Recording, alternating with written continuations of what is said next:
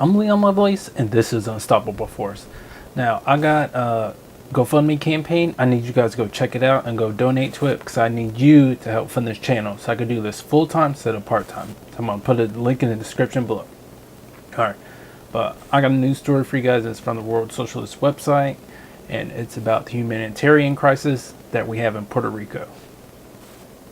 Okay, it has been 7 days since Hurricane Maria swept over Puerto Rico. As each day passes, and with hundreds of towns and villages in the island's interior that have yet to be heard from, information emerges that helps complete the picture of chaos and devastation that Governor Ricardo Rossello and the island's mayors and politicians are calling a humanitarian crisis for the island's 3.4 million inhabitants. As part of its response to the disaster wrought by Hurricane Maria in Puerto Rico, the Pentagon has announced that it's shifting to land-based operations on the island. In addition to sending 1,000 troops and 16 helicopters, the Defense Department plans to mobilize 5,000 active duty forces and 2,500 National Guard elements on the island. The military newspaper Stars and Stripes reported that the troops being sent to the U.S. colonial territory specialize in distribution of goods in hostile environments.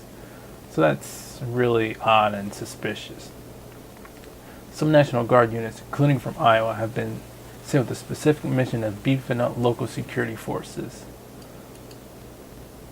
So why is it they're trying to beef up security forces in our own U.S. territory?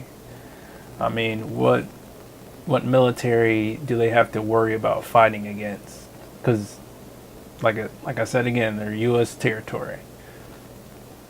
Undoubtedly, there is another motive underlying this military response to the humanitarian crisis. The escalating social tension that is becoming evident every day.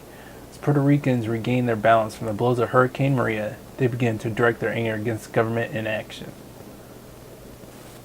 Puerto Rico is already under a 7 p.m. to 5 a.m. curfew. Increasingly, the question raises whether the island will be placed under martial law.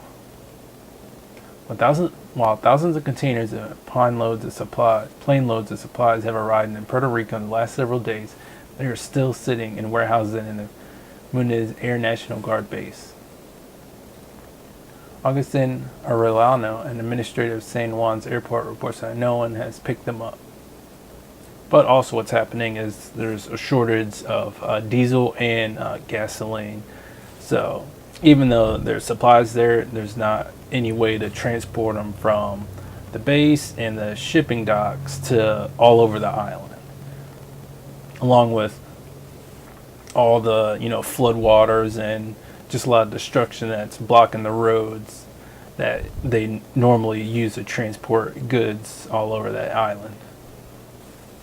Then there are reports that people are in their desperation have taken matters in their own hands, assaulting fuel trucks, which is understandable because government's not really doing a damn thing for the people over there. The popular discontent is evident on the issue of water. 40% of the island still has no access to safe drinking water. Like Jordan Sheraton has said during the North Dakota protests, water is life. If you don't have water, you're going to die. So if the U.S. government and the Puerto Rican government can't figure out how to distribute water to every single person in the island, people are going to die. So it's time to clean up some of this bullshit and fix the government corruption to provide basic necessities for the people of Puerto Rico because they are U.S. citizens. They're not citizens of a different nation halfway across the world. They're citizens of the United States, just a few hundred miles away from Florida and just a few hundred miles away or pretty close to Haiti and the Dominican Republic. They're really close to the United States, and there's no reason why the U.S. can't implement more measures to get a bunch of aid there, especially clean water. Compounding this tragedy is the fact that even before the hurricane, fully one half of Puerto Ricans lived below the poverty line, the result of over a century of U.S. colonial oppression and a decades-long economic downturn. So this isn't just the fault of former President Barack Obama, current President Donald Trump, or former President George Bush, because all the other presidents over the last century didn't give a damn about the citizens of Puerto Rico, because sometime around like 1912 or so, Congress said, you know what, we're going to make citizens of Puerto Rico, they're going to be U.S. citizens. Because we took them on as U.S. territory for quite a while, or a little bit before that. Didn't really look that up, but just the fact that they've kept them just a territory and haven't really pushed any government funding so they could have a better economy over there, it's really caused a lot of economic problems, and this has been going on for decades. So it's just been atrocious.